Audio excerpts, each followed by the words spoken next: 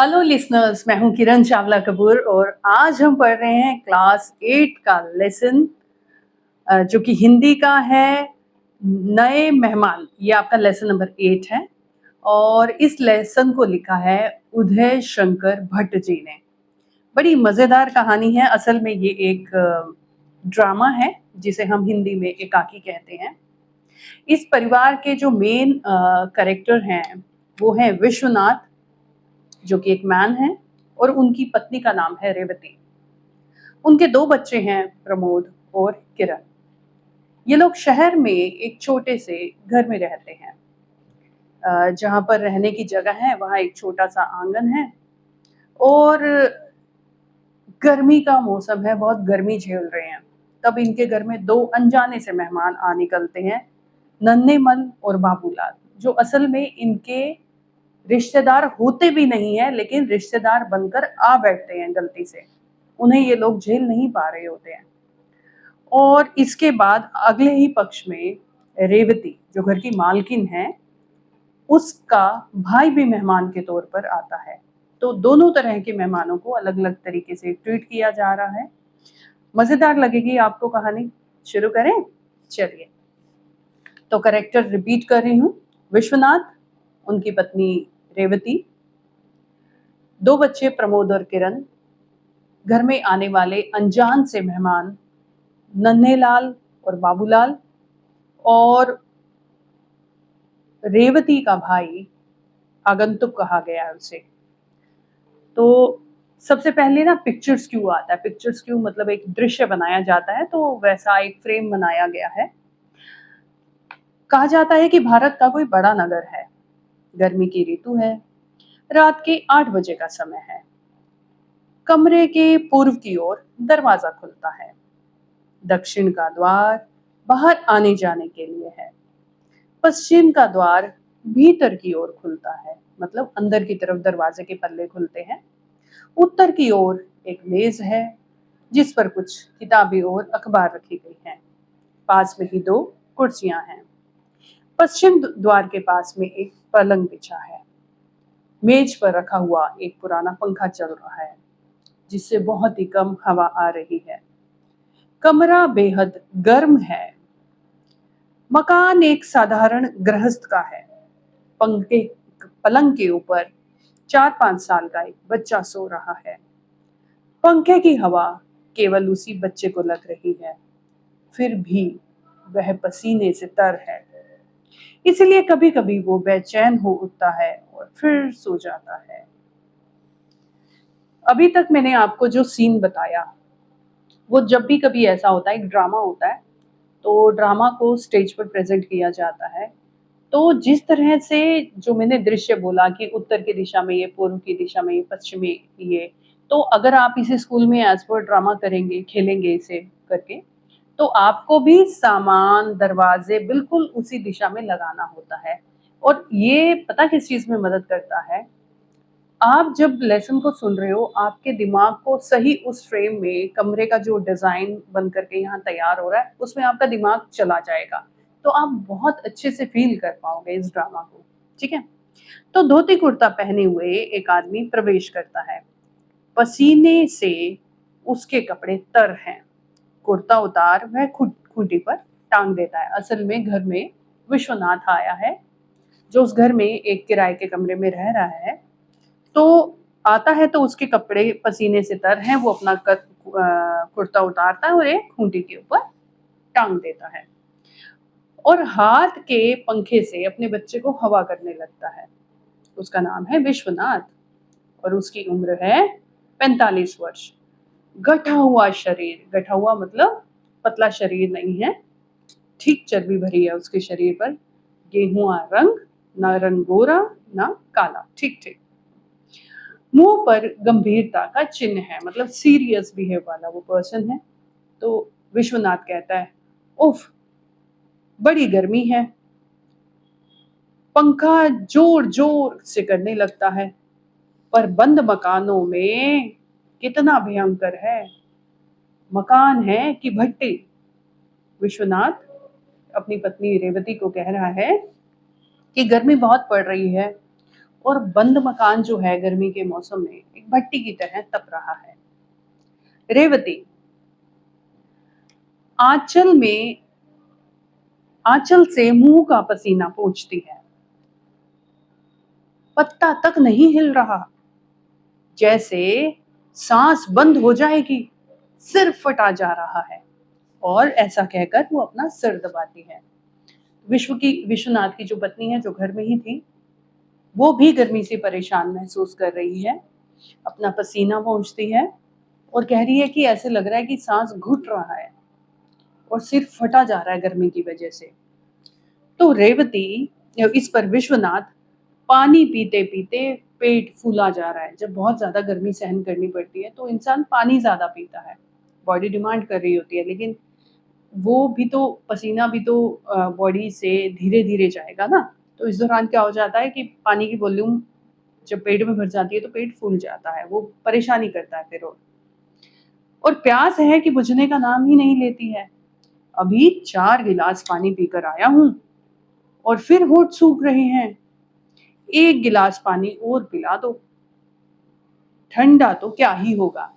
अब विश्वनाथ भी अपने घर के बारे में जानता है और कहता है अपनी पत्नी को कि 4 गिलास पानी पिए, उससे पेट फूल गया है, और अभी 1 गिलास पानी और पिला दो। और फिर पत्नी से खुद ही कहता है कि घर में ठंडा पानी तो होगा नहीं। तो रेवती कहती है गरम है, आंगन में घड़े में भी तो ठंडा ठंडा पानी नहीं रहता है। हवा लगे तो ठंडा हो जाए पानी।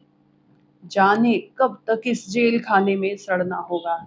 तो जो लोग गांव से आते हैं ना, बड़े खुले घरों में, गर्मी गांव में भी होती है, लेकिन गांव में क्या होता है कि आप छत पर सो जाते हैं, खुले आंगन में सोते हैं, कुछ लोग गलियों में ही सो जाते हैं।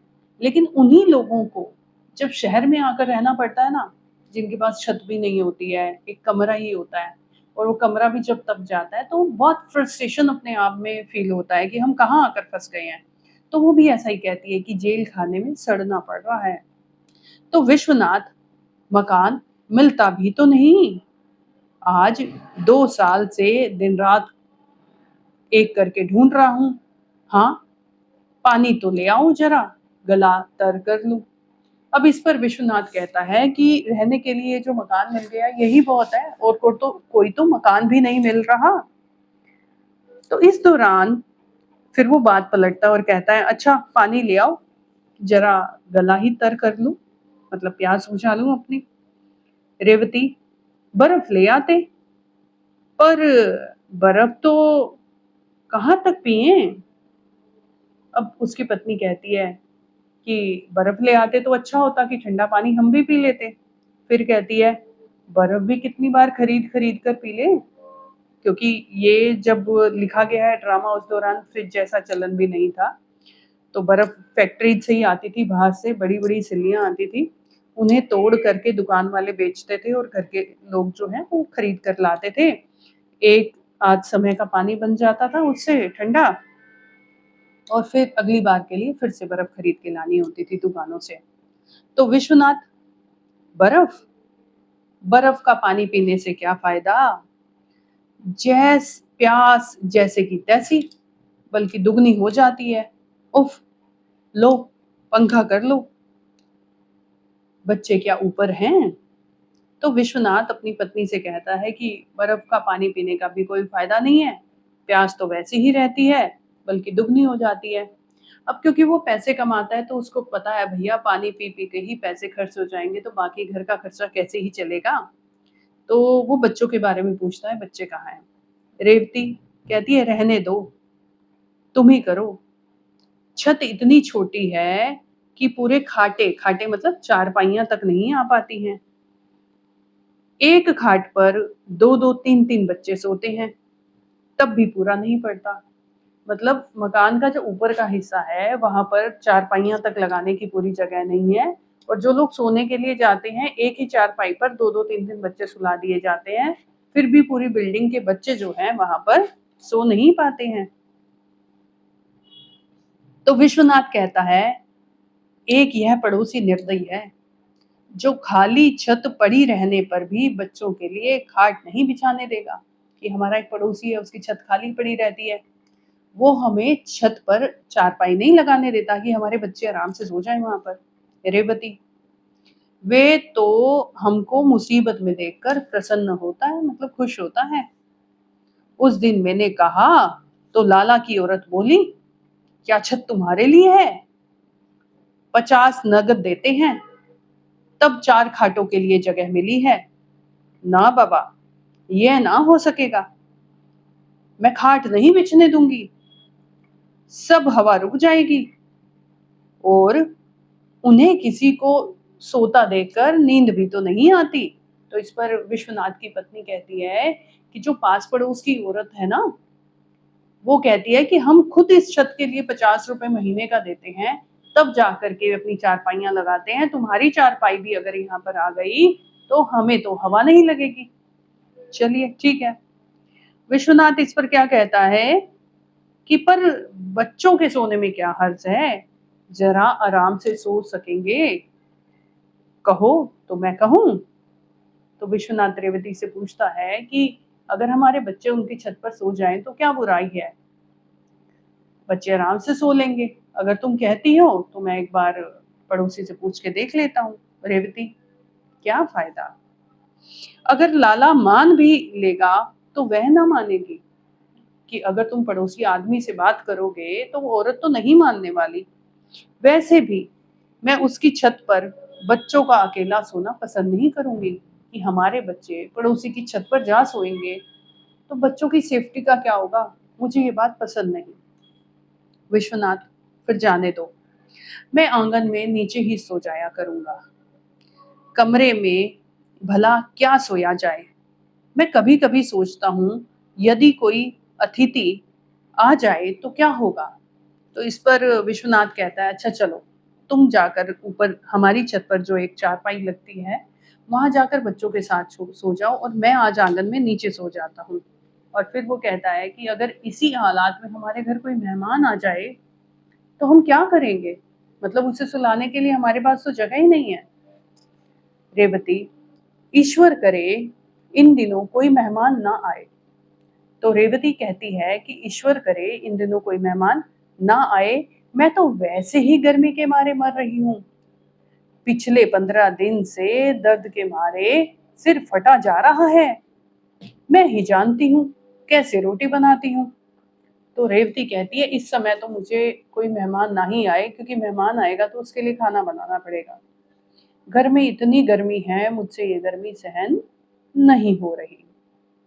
विश्वनाथ कहता है कि सारे शहर में जैसे आग बरस रही हो, यह गर्मी से तो ईश्वर बचाए, इसलिए यहाँ गर्मी में संपन्न लोग तो पहाड़ों में चले जाते हैं।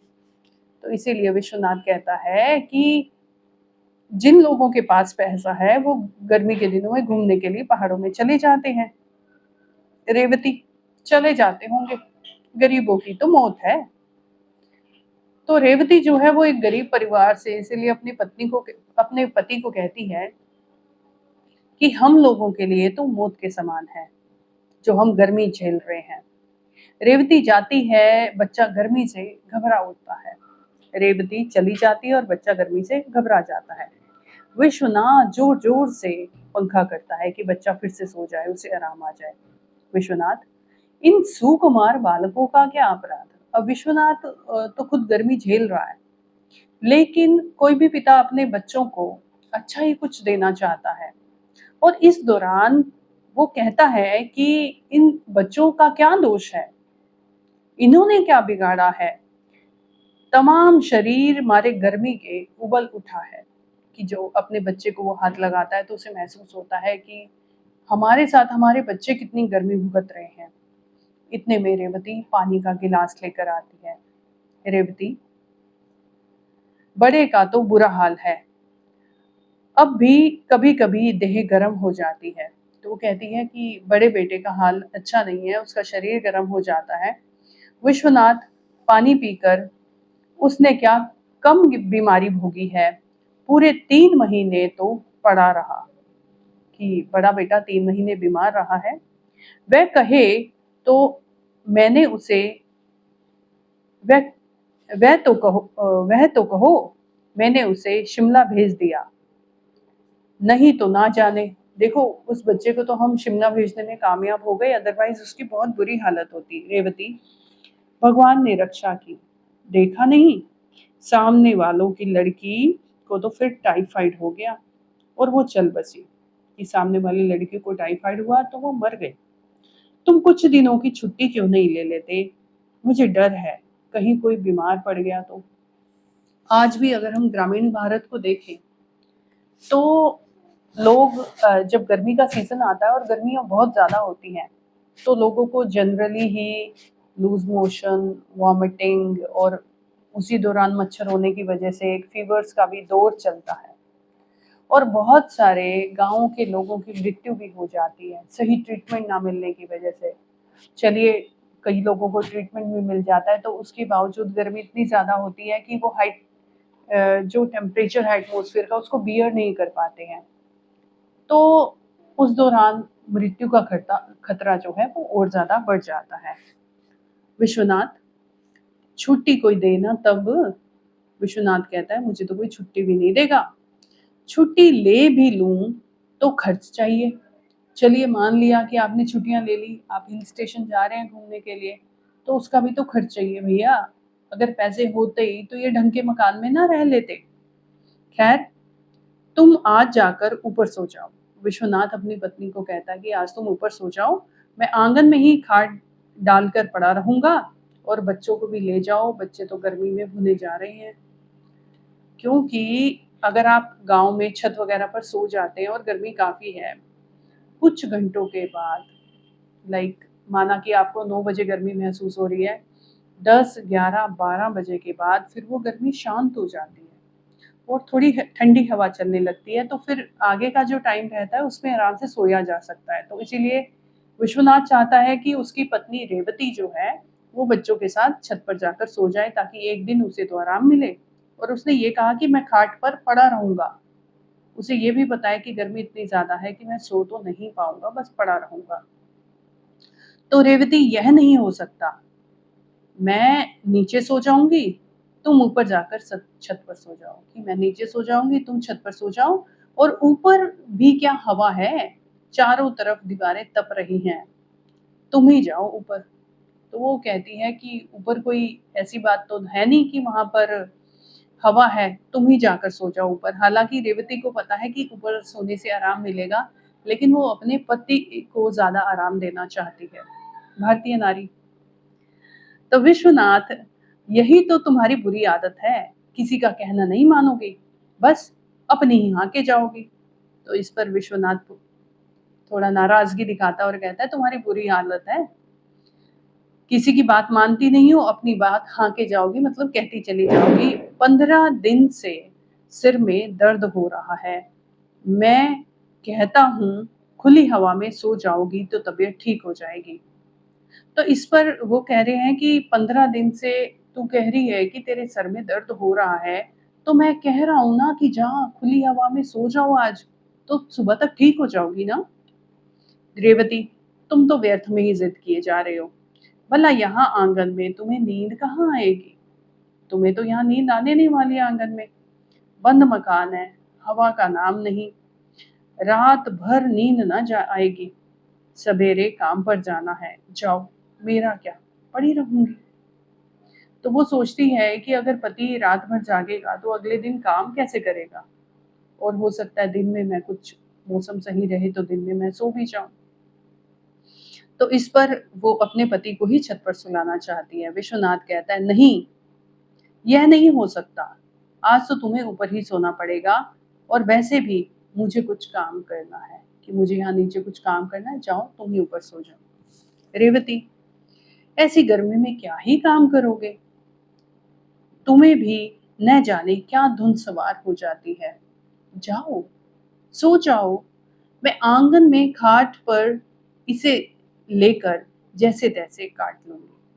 तो वो कहती है कि तुम जाकर ऊपर सो जाओ और मैं बच्चों के साथ नीचे सो जाऊंगी।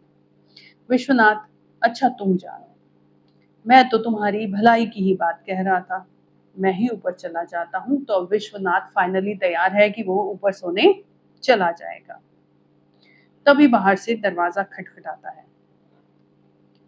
रेवती, कौन है? विश्वनाथ, न जाने, देखता हूँ।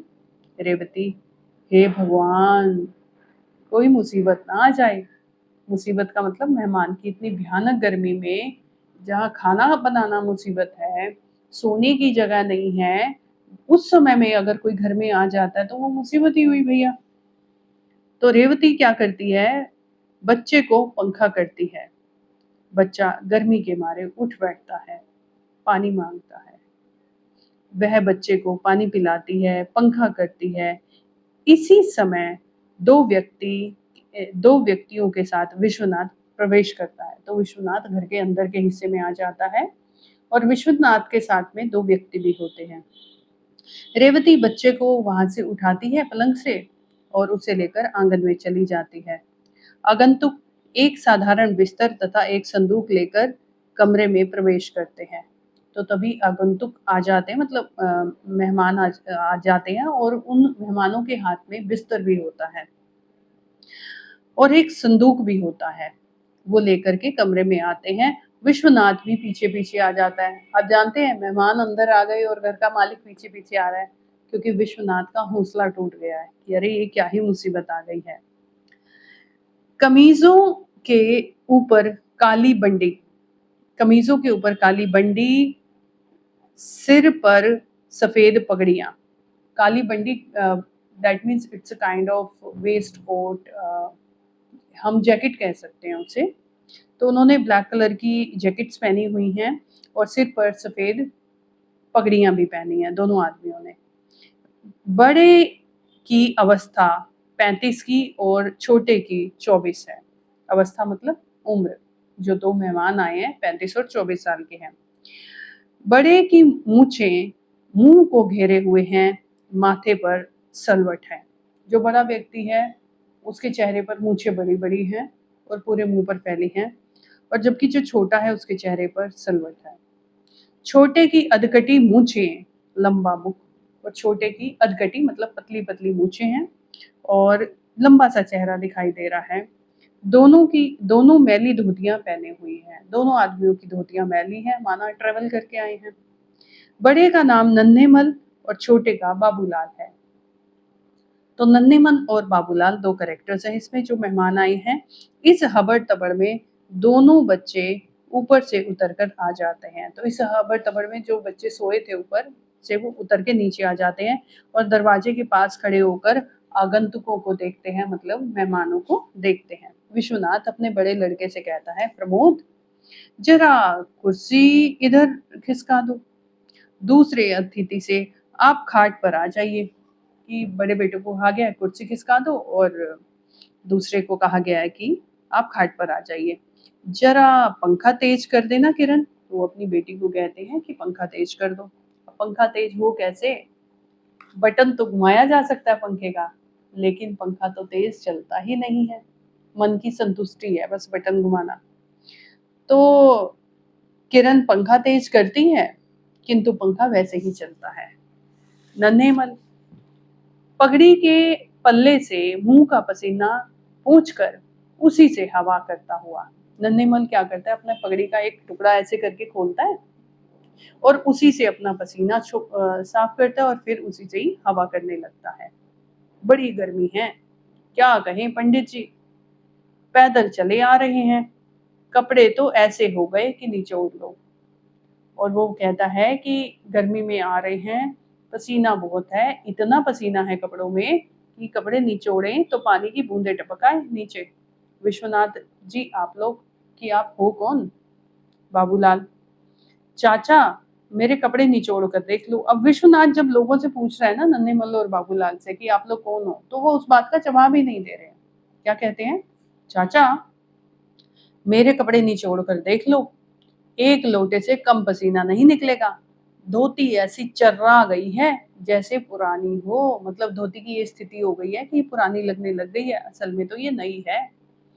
पिछले दिनों नकद 9 रुपए खर्च करके खरीदी थी, क्योंकि ये पुराना लेसन है तो उस हिसाब से वो अपनी धोती की कीमत बता रहा है 9 रुपए। नन्हे मल मोतीराम की दुकान से ली होगी। अब उन्होंने विश्वनाथ को इस बात से ही आउट कर दिया और आपस में बात कर रहे हैं कि मोतीराम राम की दुकान से ली होगी, बड़ा ठग है। मैंने भी कुर्ते के लिए 6 गज मलमल मोल ली थी, 1.25 गज की थी, जबकि नत्था मल के यहाँ 9.5 आने गज बिक रही थी। तो अब वो दोनों डिस्कस कर रहे हैं रेट को। जब बाबूलाल बोलता है कि मैंने 9 रुपए की अपनी धोती खरीदी है, तो उस पर नन्हेमल उसे कहता है कि जो मोतीराम है वो महंगा कपड़ा देता है, जबकि नत्थामल जो है वो सस्ता कपड़ा देता है। पंडित जी गला सूख रहा है, स्टेशन पर पानी भी नहीं मिला। ये पंडित जी कह करके ना विश्वनाथ को एड्रेस कर रहे हैं कि स्टेशन पर भी पानी नहीं मिला, मन कर रहा है लेमन की 5-6 बोतलें पी जाऊं। अब आप देखिए विश्वनाथ का परिवार तो खुद ही स्ट्रगल कर रहा है इतनी बुरी हालत में। अनजान से 2 लोग आ गए, आके अपना बिस्तर संदूक रख दिया, अपनी अपनी बातें करने लगे। विश्वनाथ के घर में जहाँ बर्फ का ठंडा पानी तक नहीं है पीने को, वहां पर ये आदमी आता है और अपनी इच्छा उनके सिर पर तोड़ देता है कि भैया कि मन तो ऐसा कर रहा है कि 5-6 बोतल लेमन पी जाऊं। अब आप सोचिए विश्वनाथ को कितना ही बुरा लगेगा। तो बाबूलाल, मुझे कोई पिलाकर देखे, 10 से कम नहीं पीऊंगा। अब बाबूलाल और आगे है कि मैं तो 10 लेमन एक साथ पी जाऊंगा। बच्चों की ओर देखकर, क्या नाम है तुम्हारा? तो प्रमोद कहता है अपना नाम प्रमोद और किरण अपना नाम किरण बताती है। बाबूलाल, ठंडा ठंडा पानी पिलाओ दोस्त, प्राण सूखे जा रहे हैं। अब बाबूलाल को ठंडा पानी पीने को चाहिए क्योंकि उसके प्राण सूखे जा रहे हैं। विश्वनाथ, देखो प्रमोद, कहीं से बर्फ मिल जाए तो आप लोग फिर डॉट डॉट कि प्रमोद अगर देखो कहीं से बर्फ मिल सकती है तो ले आओ भैया। नन्हेमल, अपना लोटा कहाँ रखा था? थैले में ही है ना। तो नन्हेमल जो है वो बाबूलाल से बात करता है, लोटा कहाँ है अपना? पहले जब लोग यात्राएं करते थे ना, तो ऐसे नहीं था कि कहीं भी गए और बिस्लरी की बोतल आपको मिल गई, आपने परचेज की और पानी पिया और डिस्पोज कर दी बोतल। तब लोग यात्राएं करते हुए खाना खाने के लिए अपने बर्तन, लोटा, अपना बिस्तर, संदूक, ये सब चीजें लेकर के चलते थे। तो भैया, बाबूलाल कहता है बिस्तर में होगा चाचा, निकालूं क्या? और बिस्तर भी पसीने से भीग गया है कि जो बिस्तर हमने कंधे पर उठाया हुआ था वो भी पसीने से भीग गया है चाचा, मैं तो पहले नहाऊंगा। अब भाई साहब इतनी गर्मी, विश्वनाथ का परिवार तंग। इतनी गर्मी में अगर कोई बंदा नहा करके सो भी जाए तो उसे तो चैन आ जाएगा ना। अब घर के लोग तो पानी इस्तेमाल करके नहा नहीं पा रहे हैं, लेकिन जो अनजान मेहमान आए हैं इनको नहाने को पानी भी चाहिए। और कहते हैं फिर जो होगा देखा जाएगा। हाँ, नहीं तो मुझे नहीं मालूम यहाँ इतनी गर्मी है, कितनी गर्मी में हम लोग आ गए। नन्हेमल, देखते जाओ। हाँ साहब। विश्वनाथ, क्षमा कीजिए, आप कहाँ से पधारे हैं? विश्वनाथ अब तो बहुत ही तंग महसूस कर रहा होता है क्योंकि वो तो इन दोनों लोगों को पहचान नहीं रहा। उसके घर में उसकी बीवी है, बच्चे हैं, अनजाने लोग ये आकर के बैठ गए हैं। तो ये इन अनजाने मेहमानों को कैसे संभाले विश्वनाथ, जो कि लेमन्स की और डिमांड लगाए बैठे हैं और साथ में नहाने का पानी भी मांगने लगे हैं। तो विश्वनाथ जो है वो परेशान है, बेहद परेशान है। नन्हेमल, अरे आप जानते नहीं, वह लाला संपत लाल है ना, गोटे वाले, वह मेरे चचेरे भाई हैं। क्या बताएं साहब, उन बेचारों का कारोबार सब चौपट हो गया। हम लोगों के देखते देखते वह लाखों के आदमी खाक में मिल गए। बाबू, यह लो मेरी बंडी संदूक में रख दो। अब इसमें क्या है कि जब विश्वनाथ ने पूछा कि आप कहाँ से आए हैं, तो नन्हेमल कहता है कि हम लाला संपत मल के चचेरे भाई हैं। अब विश्वनाथ पूछता है कौन संपत राम? बाबूलाल कहता है अरे वही गोटे वाला, लाओ ना चाचा। अब इस दौरान क्या कर रहे हैं नन्हेमल और बाबूलाल को देखो आप, विश्वनाथ की बात का ठीक से जवाब ही नहीं देते हैं और आपस में बातें करना शुरू कर देते हैं बार बार। तो बाबूलाल क्या कहता है, अरे वही गोटे वाला, लाओ ना चाचा।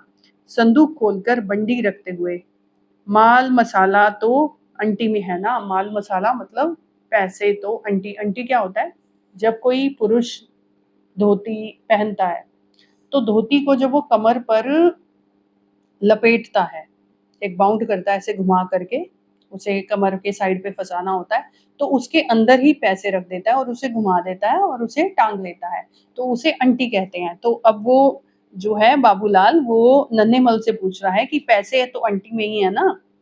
तो नन्हेमल, नहीं, जेब में है, बंडी की जेब में है। बंडी मतलब वही जो जैकेट मैंने आपको बताई कपड़े की सिली हुई, उसकी जेब में है। अब डर की क्या बात है, घर तो अपना ही है। तो विश्वनाथ कहता है मैं संपत लाल को नहीं जानता। नन्हेमाल, संपत राम को नहीं जानते, क्यों? वह तो आपसे मिले हैं ना, आपकी तो वह। फिर उसने बात छोड़ दी। इतने में फिर नन्हेमल बात काटते हुए कहता है, हाँ, उन्होंने कई बार मुझे कहा है, आपकी तो वह बहुत तारीफ करते हैं। पंडित जी, क्या मकान इतना ही बड़ा है? पंडित जी, आपका मकान तो लाइक वो छोटा सा देखते हैं ना मकान को, तो कहते हैं अच्छा इतना ही है आपका मकान। नन्हेमल, देख नहीं रहे, इसके पीछे एक कमरा दिखाई देता है।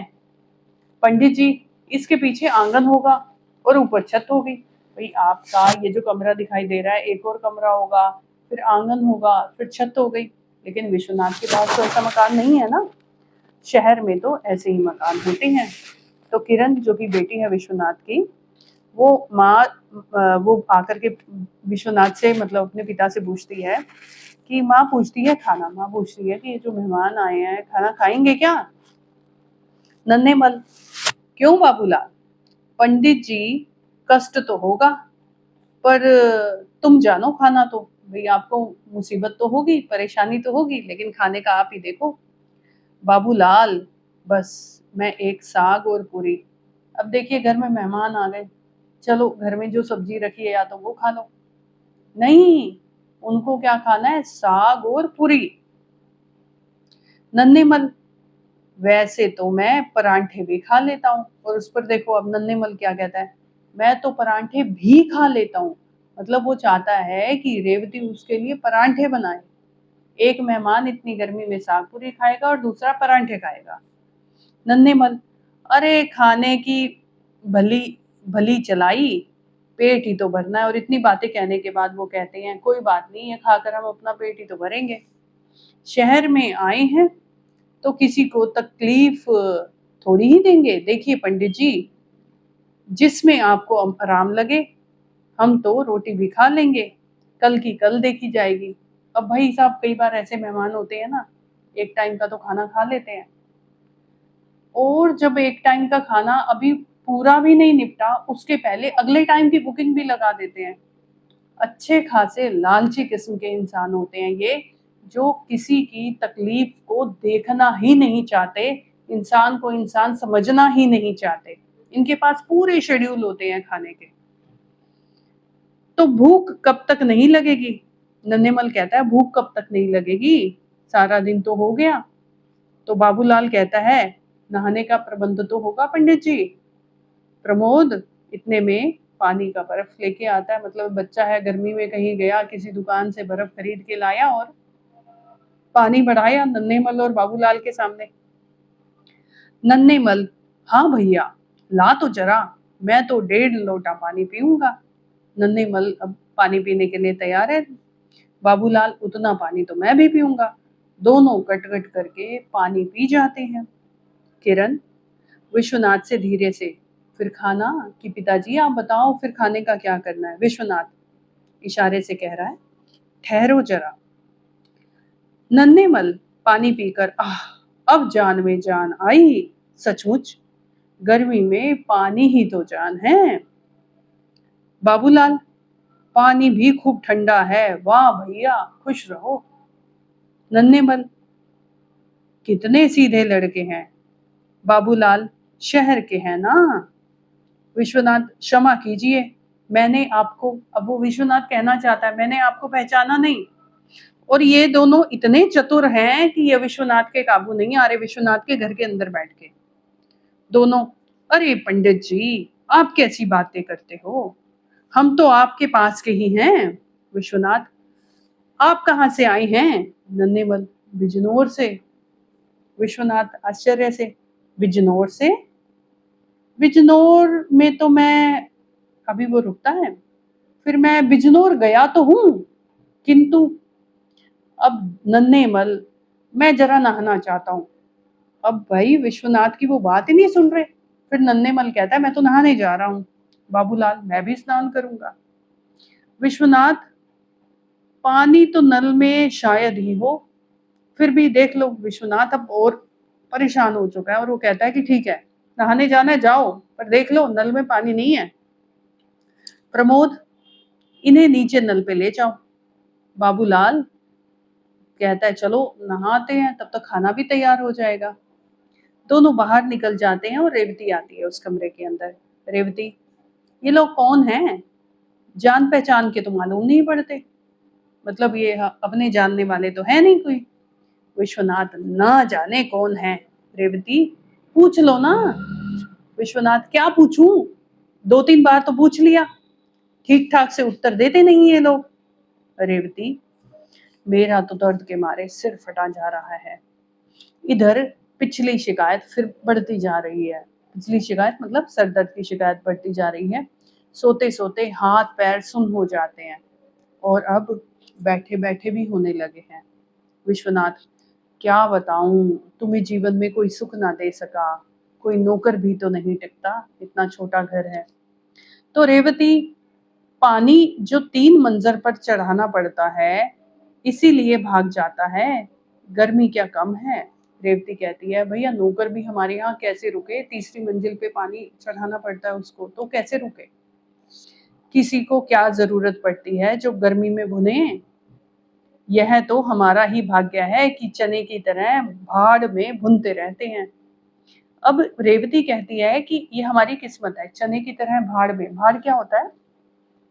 एक प्लेस होता है धरती के ऊपर बिल्कुल समतल सा, और उसके उसमें नीचे के हिस्से से छेद किया जाता है, धरती में नीचे करके छेद किया जाता है, और उस छेद वाली जगह से भाड़, मतलब कि कुछ जैसे फसलों के हस्क होते हैं, स्टबन्स होते हैं, डंडियां होती हैं, जैसे गेहूं या चावल के जो पौधे होते हैं, जब वो सूख जाते हैं, जो जो सूखे वाला हिस्सा होता है ना, उसको भाड़ में डालते हैं, उस चूल्हे चूल्हे टाइप स्ट्रक्चर में डालते हैं, और फिर उसके ऊपर चने और मकई के दाने और मूंगफली, इन चीज़ों को भुना जाता है। तो ये रेवती कह रही है कि हम तो भाड़ की तरह भुने ही जा रहे हैं इतनी गर्मी में। विश्वनाथ, क्या किया जाए। रेवती, फिर क्या खाना बनाना ही होगा। पर ये लोग हैं कौन। विश्वनाथ, खाना तो बनाना ही पड़ेगा, कोई भी हो, जब आए हैं तो खाना तो जरूर ही खाकर जाएंगे, थोड़ा सा बना लो। रेवती, तो नक्कर, खाना तो खाना खिलाना ही पड़ेगा, तुम भी खूब हो। भला इस तरह से कौन है, कहाँ से आए हैं, क्या चलेगा।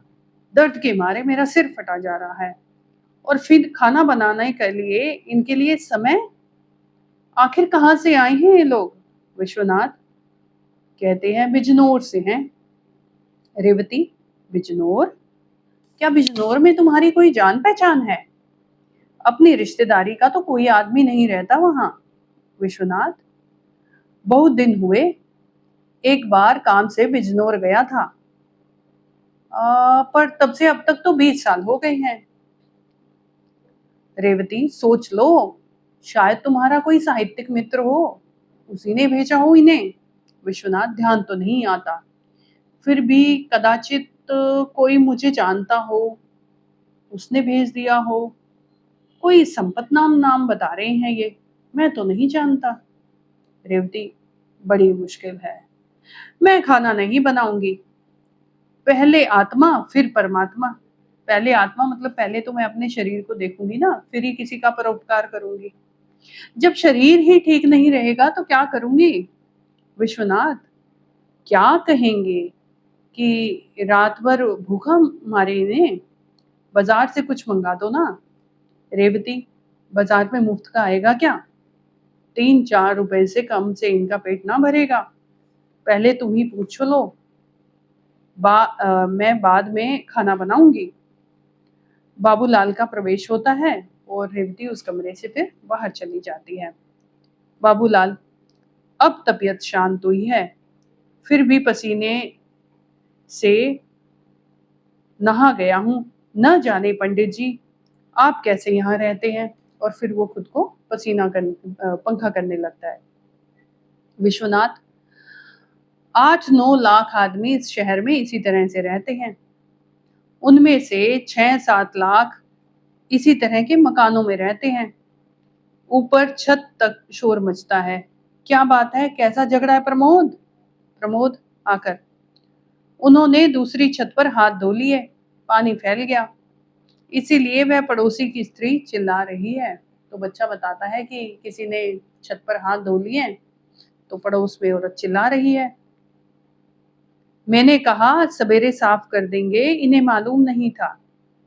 तो जो बच्चा है प्रमोद, वो बोलता है कि मैंने कहा है कि छत साफ कर देंगे आपकी, लेकिन वो स्त्री चिल्लाई जा रही है। अब कमाल की बात देखिए, गर्मी का समय है, किसी ने छत पर हाथ धो लिए।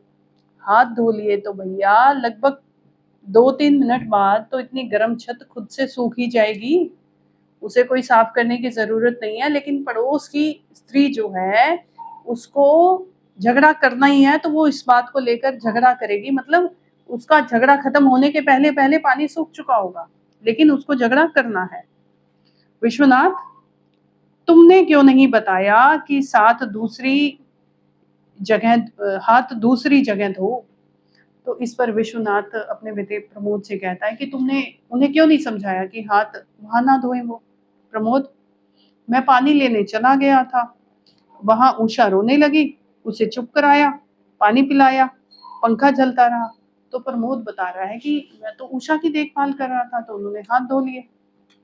विश्वनाथ, चलो कोई बात नहीं, उनसे कह दो सवेरे साफ करवा देंगे।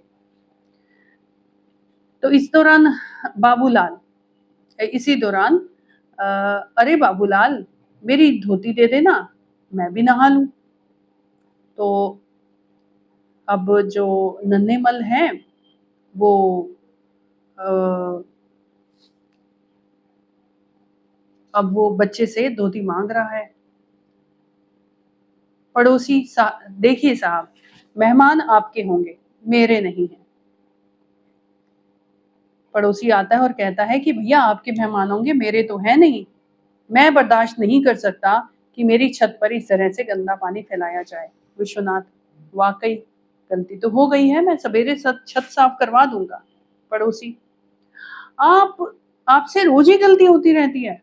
विश्वनाथ, अनजान आदमी से गलती हो जाती है, उसे क्षमा कर देना चाहिए, कल से ऐसा नहीं होगा। पड़ोसी, होगा क्यों नहीं, रोज होगा, रोज होता है। अभी उसी दिन आपके एक और मेहमान ने पानी फैला दिया था, फिर वह हमारी खाट बिछाकर लेट गया था। भैया, अब पड़ोसी ने वहां पर सोने के बारे में भी कह दिया कि आपके मेहमान ने ऐसे सोया था हमारी छत के ऊपर, वो भी नाराजगी। विश्वनाथ, मैंने समझा तो दिया है, फिर वह आदमी खाट पर नहीं लेटा था। पड़ोसी, तो आपके यहाँ इतने मेहमान आते कहाँ से हैं? यदि मेहमान बुलाना ही है तो बड़ा सा मकान ले लो ना। विश्वनाथ, यह भी आपने खूब कहा, इतने मेहमान कहाँ से आते हैं? अरे भाई, मेहमानों को क्या, मैं खुद बुलाता हूँ, खैर क्षमा करें, अब के बाद ऐसा नहीं होगा। पड़ोसी, कहाँ तक क्षमा करें? क्षमा क्षमा, बस एक ही बात की याद कर ली है, क्षमा। ये कहकर पड़ोसी चला जाता है। दोनों अतिथि आते हैं। दोनों, क्या बात है? विश्वनाथ, कुछ नहीं, आप धोतियां छज्जे पर सुखा दें। नन्हेमल, सचमुच हमारी वजह से आपको बड़ा कष्ट हुआ। भैया, जरा सा पानी तो और पिला दो, उफ, बड़ी गर्मी, बड़ी गर्मी है भाई, खाने में क्या देरदार है। बात यह है कि नींद बड़े जोर से आ रही है। अब नन्हेमल जो है, पानी पी लिया, नहा लिया, अब फिर पानी मांग रहा है पीने को, और फिर क्या कह रहा है कि खाने में क्या देरदार है, जैसे रोब जमा रहा हूं मालिक बन के घर का। तो विश्वनाथ देखिए ना, मैं आपसे एक दो बात पूछना चाहता हूँ। नन्हेमल, हाँ हाँ पूछिए, मालूम होता है आपने हमें पहचाना नहीं। विश्वनाथ, जी हाँ यही बात है, मैं बिजनौर गया तो अवश्य था, पर बहुत दिन हो गए। नन्हेमल, तो क्या हर्ज है, कभी कभी ऐसा हो भी जाता है, हम तो आपको जानते हैं ना, कई बार आपको देखा भी है। बाबूलाल, राजा भानमन की लड़की की शादी में आप नजीबाबाद गए थे ना? नन्हेमल, अरे दूर क्यों जाते हो, अभी पिछले साल आप मुरादाबाद भी गए थे ना? विश्वनाथ, हाँ पिछले साल मैं लखनऊ जाते हुए 2 दिन के लिए जगदीश प्रसाद जी के पास मुरादाबाद ठहरा था। नन्हेमल, हाँ सेठ जगदीश प्रसाद के यहाँ हमने आपको देखा था। मतलब ये जो नन्हेमल और बाबूलाल है ना, ये विश्वनाथ को अलग अलग लोकेशंस बना के मिसगाइड किए हुए, ये रात बिताना चाहते हैं उसके घर पर, और विश्वनाथ उन्हें अपने घर पर रुकने नहीं देना चाहता क्योंकि वो अनजान आदमी है। तो बाबूलाल, उनकी आटे की मिल है, क्या कहना है, बड़े आदमी हैं, हम उन्हीं के रिश्तेदार हैं। अब नया कनेक्शन गाड़ लिया उन लोगों ने। विश्वनाथ, अरे उनकी तो प्रेस है। नन्हेमल, प्रेस भी होगा, एक बड़ी मिल भी है। अब एक और गन्ने की मिल बिजनौर में खुली है उनकी। बाबूलाल, अगले महीने तक खुल जाएगी। हाँ भैया, पानी ले आओ। लो चचा, पहले तुम पी लो। विश्वनाथ, तो आप लोग मेरे घर आए हैं तो कोई चिट्ठी विट्ठी भी लाए हैं? दोनों सक पका गए, चिट्ठी विट्ठी तो नहीं लाए। देखिए, आज के समय में आपके घर में किसी अनजान मेहमान ने आना है, माना आपका कोई रिश्तेदार भेज रहा है तो वो आपको फोन करेगा ना, तो उस समय में जब कोई मेहमान ऐसे किसी के यहाँ पहुंच जाता था कि हमारी जान पहचान है, आज रात हमें आपके यहाँ ठहरना है, तो वो लोग चिट्ठी लेकर के आते थे। ठीक है, तो संपत राम ने कहा था कि स्टेशन से उतरकर सीधे रेलवे रोड चले जाना, वहां कृष्णा गली है, वहीं रहते हैं। विश्वनाथ, पर कृष्णा गली तो यहाँ 6 हैं, कौन सी गली का बताया था? नन्हेमल, 6 हैं, बहुत बड़ा शहर है साहब, हमें तो यह मालूम भी नहीं, शायद बताया हो, याद भी नहीं रहा। विश्वनाथ, खींच कर, जिसके यहाँ आपको जाना है उसका नाम तो बताया होगा। बाबूलाल, क्या नाम था चाचा? नन्हेमल, नाम तो याद नहीं, जरा ठहरिए मैं सोच लूं।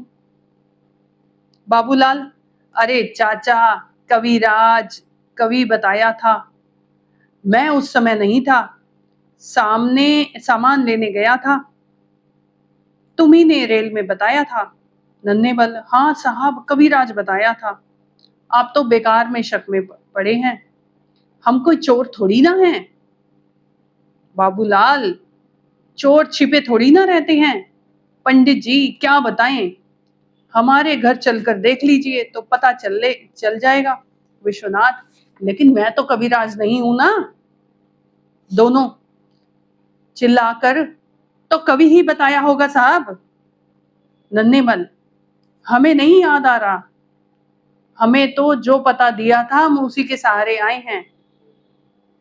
नीचे आवाज लगाई और आप मिल गए, ऊपर चढ़ आए, हमने तो पहले ही सोचा था होटल या धर्मशाला में ठहर जाते हैं, फिर सोचा घर ही तो है, चले ही चलते हैं।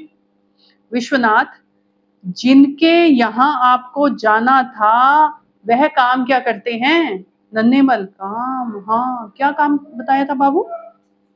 बाबूलाल, मेरे सामने तो कोई बात नहीं हुई थी, मैं तो सामान लेने चला गया था पंडित जी। शायद वैद हैं।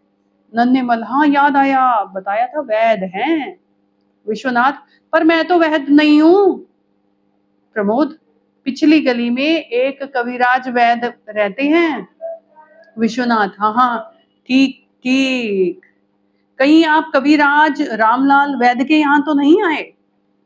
दोनों उछलकर, अरे हाँ कविराज रामलाल। विश्वनाथ, शायद वह उधर के भी हैं, उधर के मतलब बिजनौर की तरफ के भी हैं।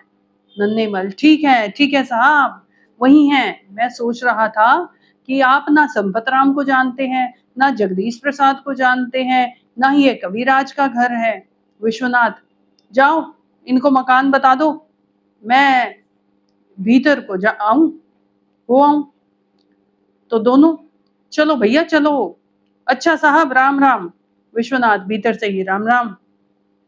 रेवती, अब जान में जान आई, हाय सिर दर्द के मारे फटा जा रहा है।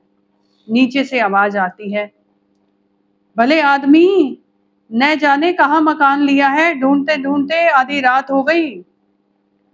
रेवती फिर प्रसन्न होकर, अरे भैया, आओ आओ, तुमने तो खबर भी ना दी थी। आगंतुक, अब उनके घर में एक और गेस्ट आ गया है, वो रेवती का भाई है। आगंतुक, रेवती, दोनों मिलते हैं विश्वनाथ से। पिछले 4 घंटे से बराबर मकान खोज रहा हूं। क्या मेरा तार नहीं मिला? विश्वनाथ, नहीं तो कब तार दिया था? तार मतलब एक शॉर्टकट मैसेज होता है और ये पोस्ट ऑफिस के जरिए भेजा जाता है। आगंतुक, कल ही तो झांसी में था, सोचा था कि ठीक समय पर मिल जाएगा। ओह, बड़ी परेशानी हुई। रेवती, लो कपड़े उतार डालो, पंखा करती हूँ। अरे प्रमोद, जा जल्दी बर्फ तो ले आ, मामा जी को ठंडा पानी पिला, और देख नुक्कड़ पर हलवाई की दुकान भी खुली हो तो। आगंतुक, भाई बड़ा शहर है, वह तो कहो, मैं ढूंढता ही रहा, नहीं तो न जाने कोई होटल या धर्मशाला में ही रहना पड़ता, बड़ी गर्मी है। मैं जरा बाथरूम जाना चाहता हूँ। विश्वनाथ, हाँ हाँ जाओ, सामने चले जाओ। आगंतुक, एक बार तो जी में आया कि होटल में ही ठहर जाऊं, शायद रात को आप लोगों को कष्ट हो। रेवती, ऐसा क्यों सोचते हो, कष्ट काहे का, यह तो हम लोगों का कर्तव्य था। अच्छा तुम तैयार हो, मैं खाना बनाती हूँ। आगंतुक, देख भाई, इस समय खाना वाना तो रहने दो, मैं पानी पीकर सो जाऊंगा, वैसे भी मुझे भूख नहीं है। रेवती जाती हुई लौट कर आई, कैसी बातें करते हो भैया, मैं अभी खाना बनाती हूँ। आगंतुक, इतनी गर्मी में रहने दो ना। विश्वनाथ, तुम नहाने जाओ तो सही। आगंतुक जाते हैं, मतलब रेवती का जो भाई है वो नहाने जाता है। कहो अब। रेवती, अब क्या, मैं खाना बनाऊंगी, भैया भूखे थोड़ी ना सो सकेंगे। और इस तरह से ये एक स्टोरी फिनिश होती है। तो नन्हे मन बाबूलाल, जो कि विश्वनाथ के मेहमान नहीं थे, उन्होंने असल में विश्वनाथ को बहुत परेशान किया। लेकिन जब रेवती का भाई आता है घर पर, तो रेवती सरदर्द भी भूल जाती है खुशी के मारे, और अपने भाई के लिए खुशी खुशी खाने का इंतज़ाम करने के लिए भी तैयार हो जाती है। ठीक है, तो इस तरह से ये लेसन जो है बड़ा शानदार रहा। आप इसका ड्रामा बनाकर देखिएगा, और नेक्स्ट लेसन को जानने के लिए हमारे साथ जुड़े रहिए, चैनल को सब्सक्राइब कीजिए।